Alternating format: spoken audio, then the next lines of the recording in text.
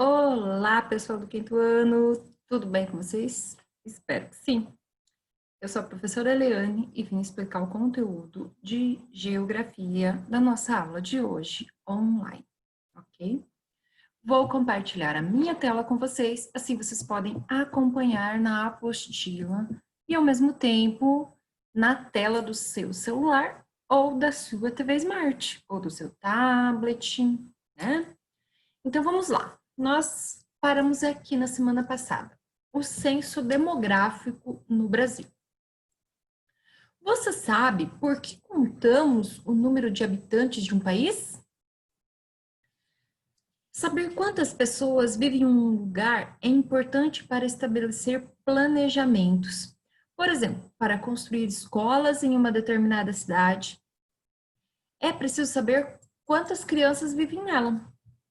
O levantamento de dados sobre a população brasileira é realizado pelo IBGE por meio de uma pesquisa que ocorre a cada 10 anos, denominada Censo Demográfico. Para realizar essa contagem, essa pesquisa, os recenseadores, que são pessoas cadastradas, treinadas, eles visitam a casa dos brasileiros e fazem diversas perguntas sobre os moradores, como a idade, o grau de escolaridade, quanto que é a renda da família.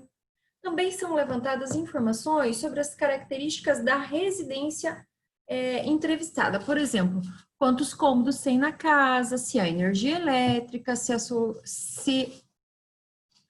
a sua localização no município e se é em área urbana ou rural, tá, gente? Então, recenseador é um funcionário do IBGE que realiza as entrevistas na Casa das Famílias Brasileiras. Os recenseadores aplicam o questionário do censo com todos os habitantes do Brasil, ok?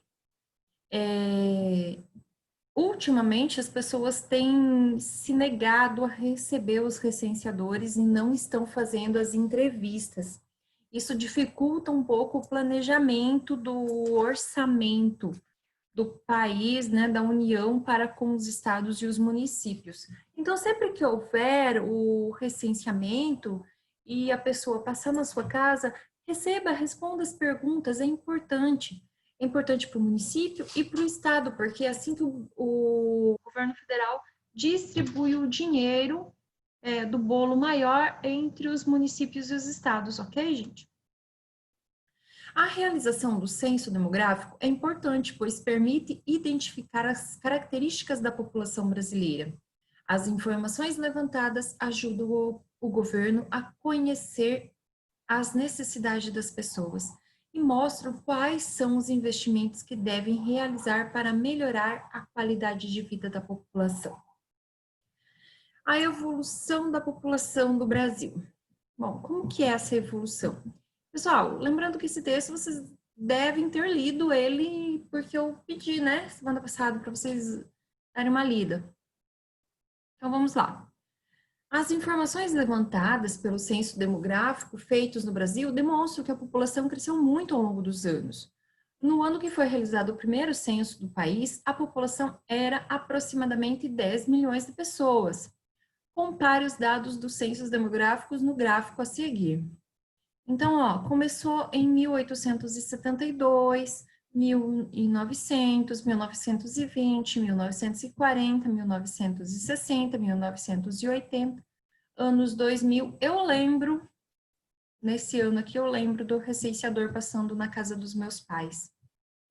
E em 2019, então nós somos aproximadamente 210 milhões de pessoas, né, vivendo no Brasil. Por que aproximadamente, gente? Porque aqui, neste ano aqui, segundo o IBGE, muitas pessoas se negaram ou então não estavam em casa na hora que o recenseador passou. Então, vamos lá? De acordo com o gráfico, de qual ano é o primeiro registro da quantidade de habitantes do Brasil? Então, olhando ali no gráfico, qual foi o primeiro ano que eles fizeram uma contagem? Identifique para mim e escreva aqui. 2. Indique a quantidade de pessoas que viviam no Brasil em 1900, 1960 e em 2019. Então, identifique no gráfico ali quanto que eram as pessoas, né? E coloque aqui cada uma no seu lugar. Por que a população do Brasil aumentou? Bom, o crescimento da população de um lugar ocorre quando o número de nascimentos é maior do que o número de falecimentos. Ao longo do século XX, o número de pessoas que nasciam era maior do que o número de pessoas que morriam. Por isso, a população do Brasil cresceu bastante. Observe os dados do gráfico a seguir. Ele demonstra a quantidade de pessoas que nasceram e morreram em determinado lugar. Ligue os pontos para saber se a população desse lugar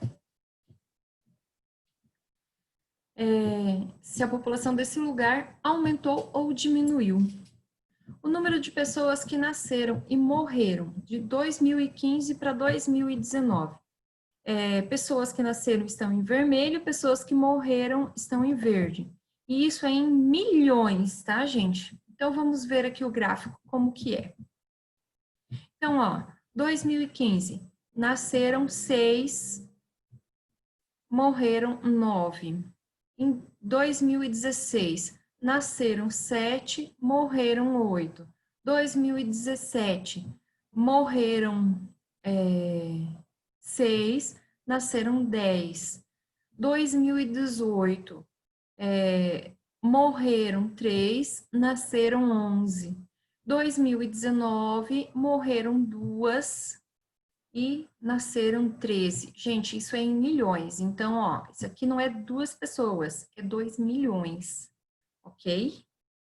Isso aqui não é 13 pessoas, não é 13 mil, é 13 milhões, tá?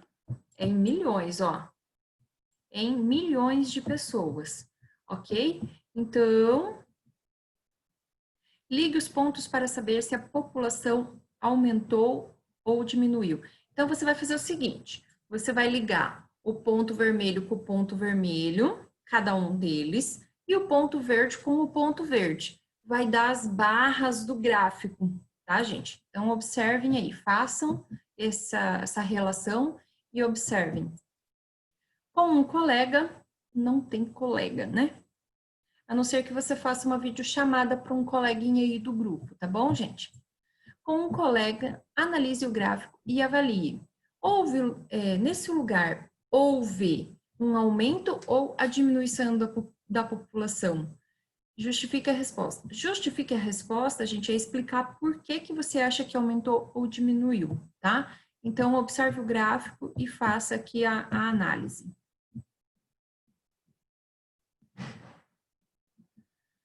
O crescimento da população pode ocorrer quando há um número de pessoas imigrando para determinado lugar em comparação às que estão emigrando. Como você verá adiante, o Brasil recebeu muitos imigrantes ao longo do século XX, fator que também contribuiu para o aumento da população. Como eu falei em alguma aula anterior aí, nós recebemos muitas pessoas imigrando, né? Haitianos, mesmo aqui na nossa região, nós temos muitos, né?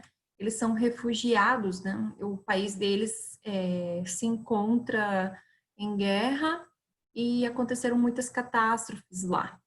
Então, tudo num só lugar. Então, o que é um imigrante? São as pessoas que entram em um lugar para viver nele, vindas de seu lugar de origem. Por exemplo, o Haiti. Então, as pessoas do Haiti vieram para o Brasil. Por exemplo, um português que vem viver no Brasil é um imigrante, pois ele sai de outro país, no caso Portugal, para viver em nosso país. Por isso, o termo imigrante tem relação com a chegada de alguém a algum lugar. E emigrante, com E, são as pessoas que saem daqui, do seu lugar de origem, para viver em outro lugar. Por exemplo, um brasileiro que sai do Brasil para viver em Portugal é um emigrante. É possível dizer que a palavra imigrante tem relação com a saída de alguém de seu lugar de origem. Então, imigrante com I, pessoa que vem. Emigrante com E, pessoa que vai, certo? E nós temos muitas pessoas que saíram daqui e estão vivendo em outros países. Espanha, Portugal, Estados Unidos, mundo afora aí, tá, gente?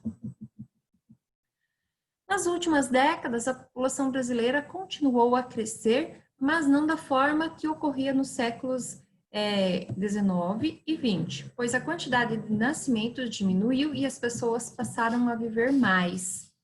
Diversos fatores contribuíram para diminuir o número de nascimentos e aumentar o tempo de vida das pessoas no Brasil. Vamos conhecer alguns deles. Então, gente, ó, as famílias passaram a ter menos filhos, certo? Então, diminuíram os nascimentos, mas as pessoas que estão envelhecendo estão vivendo mais tempo, né? Então, por isso também houve um aumento da população. Então, vamos conhecer os fatores que levam a esses critérios. Então, fatores que contribuíram para diminuir o número de pessoas, né, o número de nascimentos no Brasil. Planejamento familiar, conhecimento e acesso às formas de controle de natalidade por parte dos casais. Ou seja, os casais que resolveram fazer uma vida juntos, eles passaram a planejar quantos filhos eles iriam ter. Então, um homem e uma mulher se conhecem e resolvem se casar, morar juntos. Vamos ter um filho, vamos ter 2 filhos e só.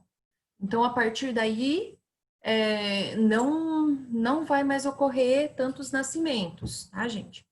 O planejamento, ele tem auxiliado as famílias a refletir sobre suas condições financeiras e a decidir a quantidade de filhos que desejam ter.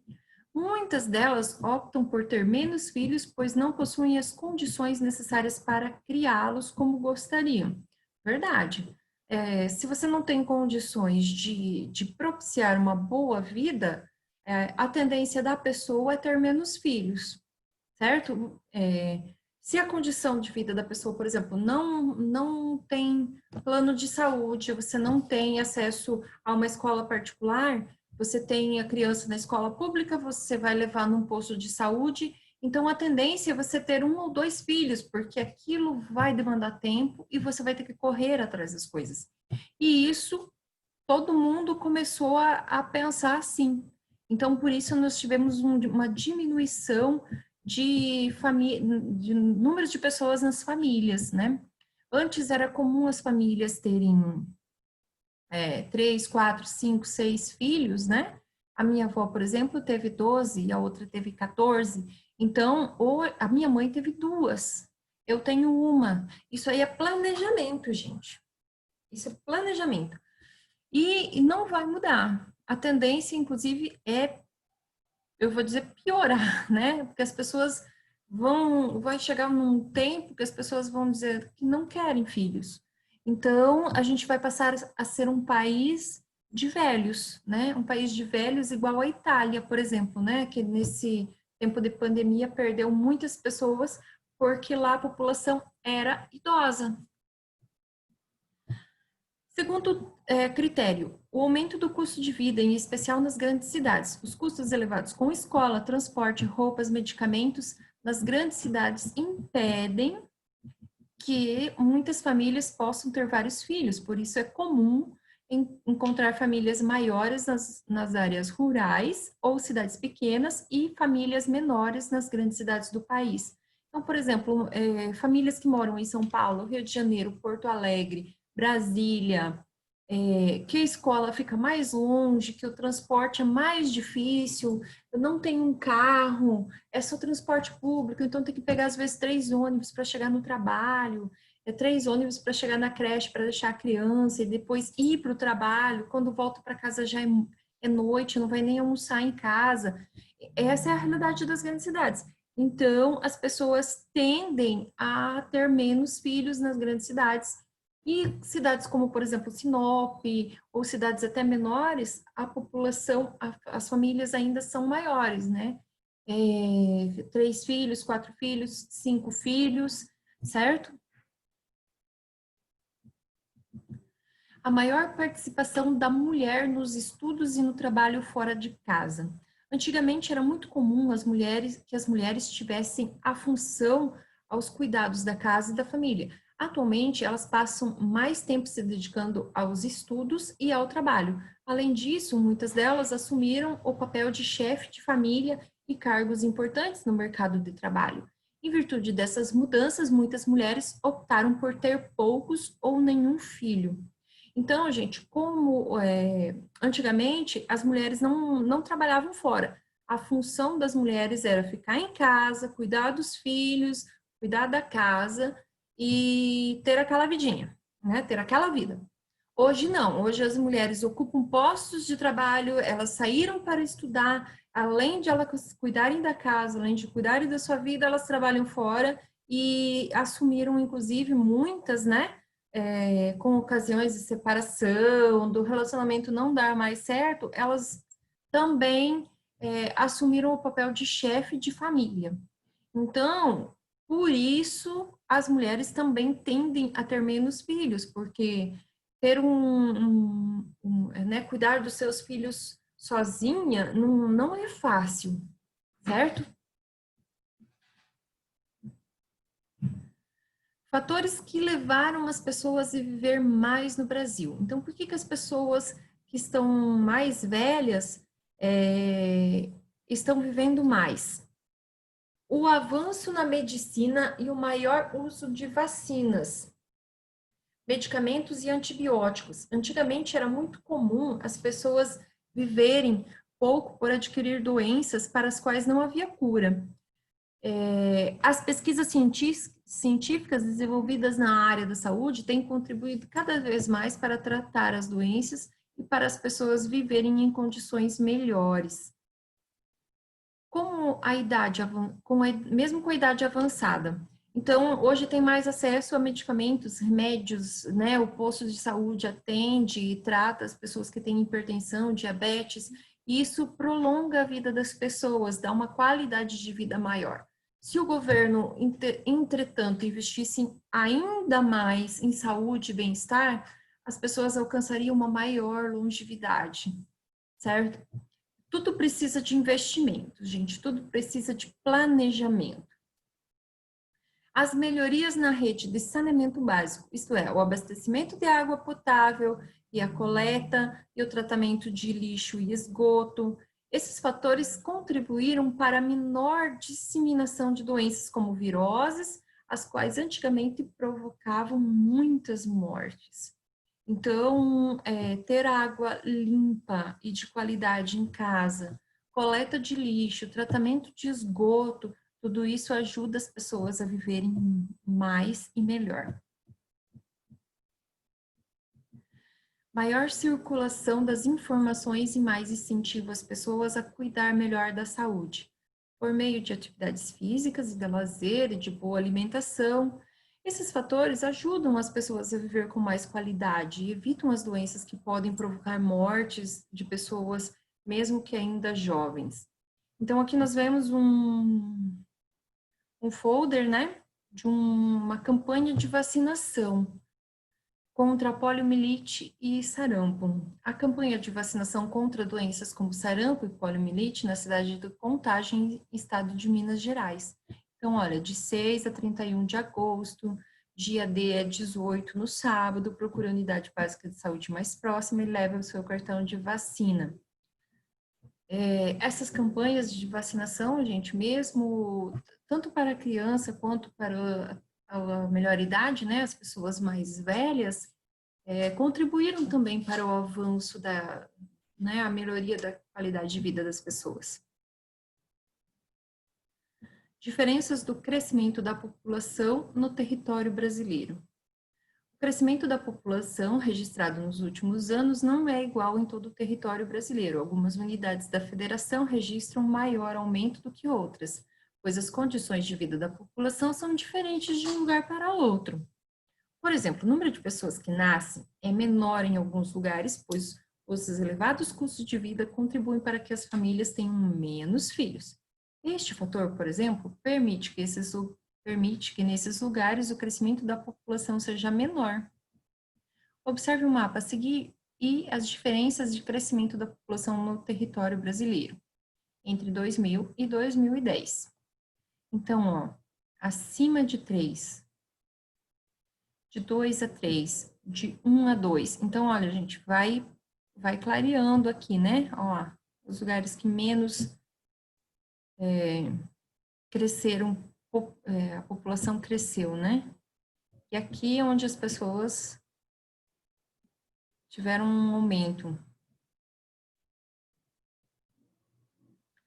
Qual o intervalo de crescimento da população registrado na unidade de federação em que você vive?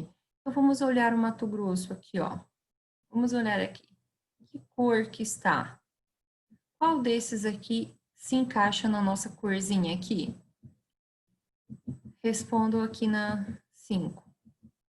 6. De acordo com o mapa da página anterior, quais as unidades da federação que registraram maior crescimento entre 2000 e 2010? Ok? Seria esse o nosso conteúdo de geografia por hoje. Espero que vocês tenham gostado. Até semana que vem.